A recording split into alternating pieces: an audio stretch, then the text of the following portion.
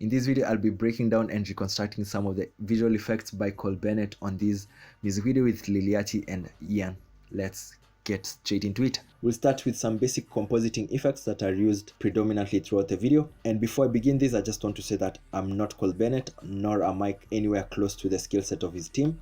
So this is just my own thinking and my own framework of how I would approach most of these VFX tricks. I would urge you to pick the basic frameworks and concepts, and where possible try to make them better more than what I can do. The entire video is shot on a widescreen, which makes it very easy to cut, rotoscope, and do all of those things, so there is a lot of flexibility. Right beside our first clip, we have a roto selection of Yachty and Ian, and also another selection of him. So I will stack these up right on top here. Then you can enable 3D for the first two clips, so make sure you've toggled between these switches and modes. And now you can begin placing these where you find them best. You can also hit P. With this Z position parameter, you can push them far back, and you can composite this other one somewhere around here and it will still look fine. I'll assume we want to remove Yachty from these other shots, so let me just isolate it. I'll get my pen tool on this clip and cut out this section. Okay, put the mask on subtract. So here we have all our components. Create a new solid, then right on your effects and presets, add a gradient ramp on it.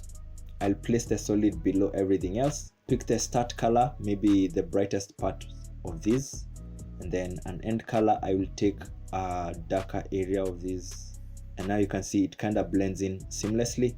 You can alter the ramp scattering parameters, but what I'll do, I'll go back to this clip that we masked out, hit M twice, and then I will feather that section so much so that you can't even tell that there was a mask. So I'll further move these around and hit P while also using my Z axis to kind of make them look as if they are further behind this main clip. The advantage of putting these in 3D is that you can also hit R, and with orientation it means that you can do a little bit of Y orientation rotation to make it fit the perspective way better. These two seem to be overlapping, so I'll make sure this other clip stays on top. And these are just some of the concepts that you can learn with this basic compositing. I'll move these around just to make them suit the scene better. And just like that, you've done some basic compositing.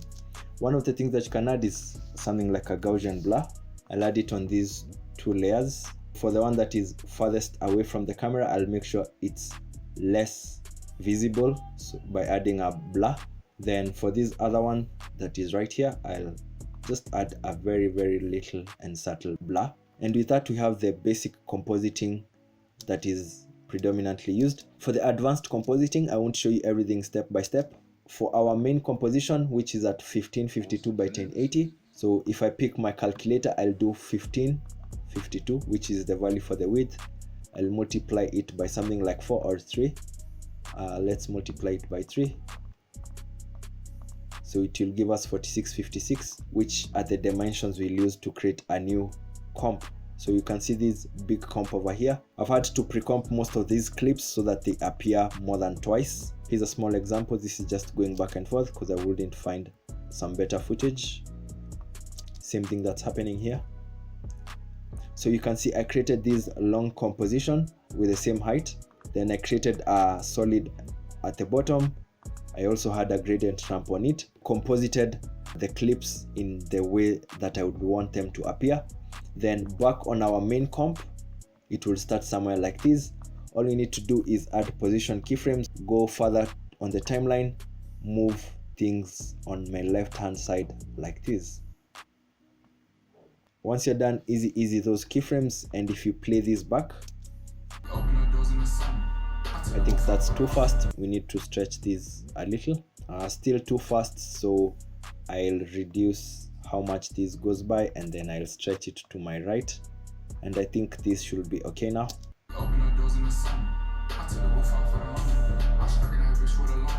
Yeah, with these keyframes I think we can also add a motion blur. Make sure you've toggled between switches and modes, and I think it would look okay.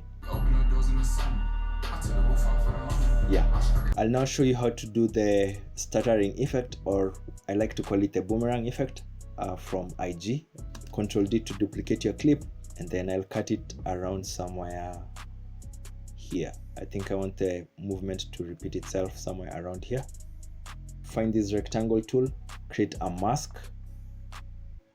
I'll isolate this layer so that you can see what's happening. So we've created a mask on this section. Right click and enable time remapping. Take note of these values over here. I will manually add a keyframe right there. After about 2 frames, we were at 3914, so it means we'll have to go to a lesser number.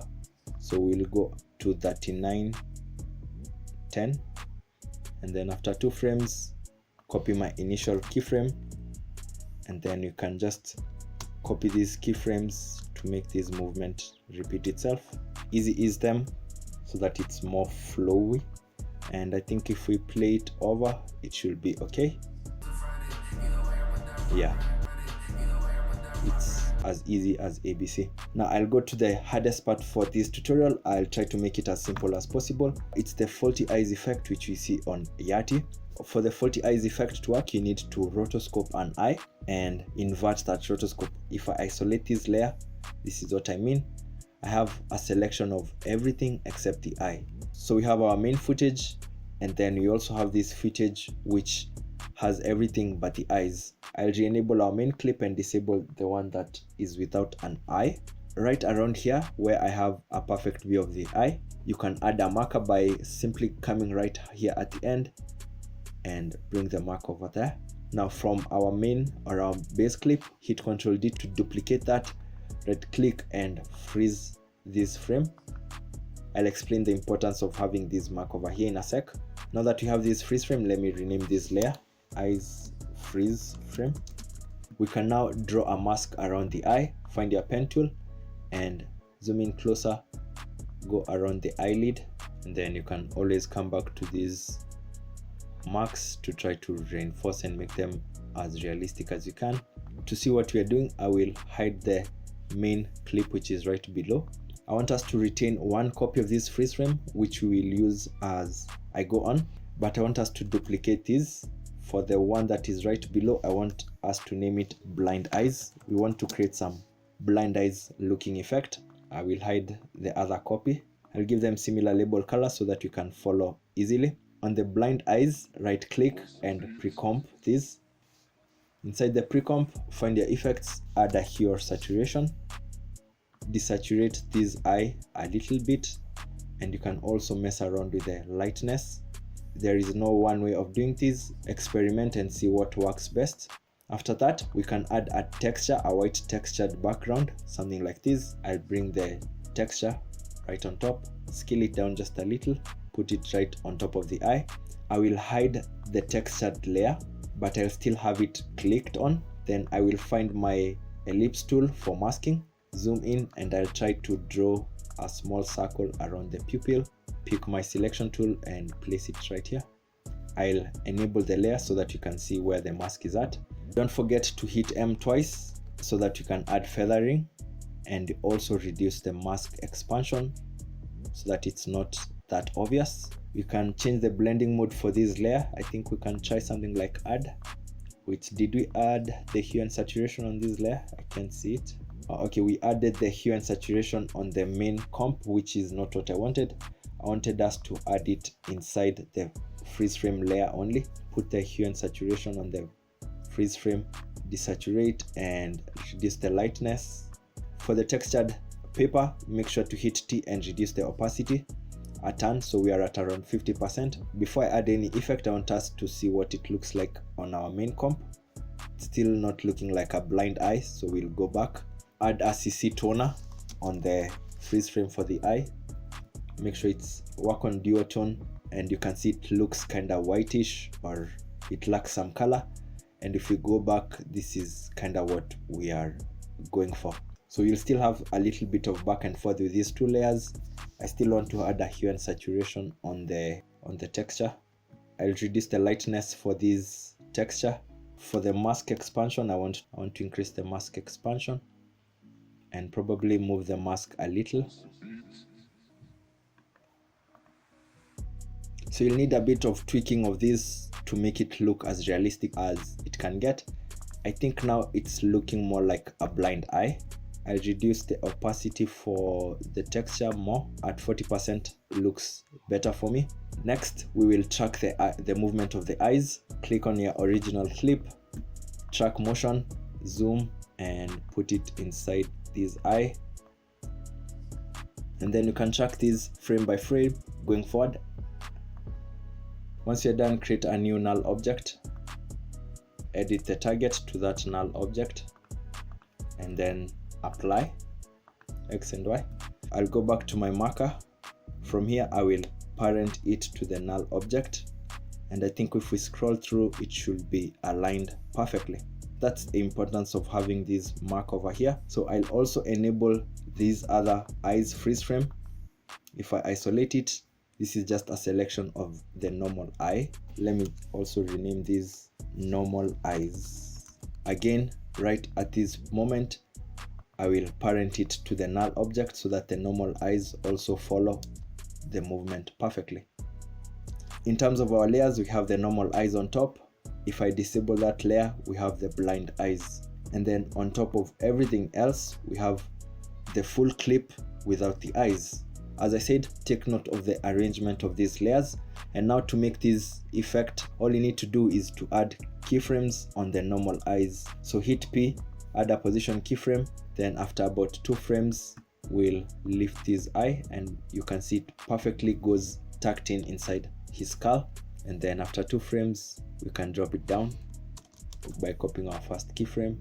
And then you can copy these keyframes, so on and so on. Make sure to put them on easy ease. If I scroll through, you can see what's actually happening. I'll also trim these 2 layers for the frozen eyes so that the clip starts normally and then this effect can begin.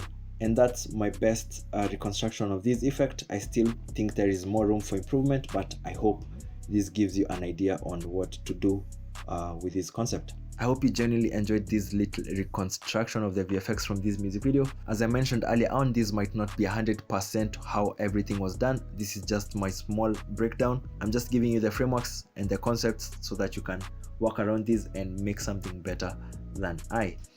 My name is Danny James. See you guys on the next tutorial. Peace.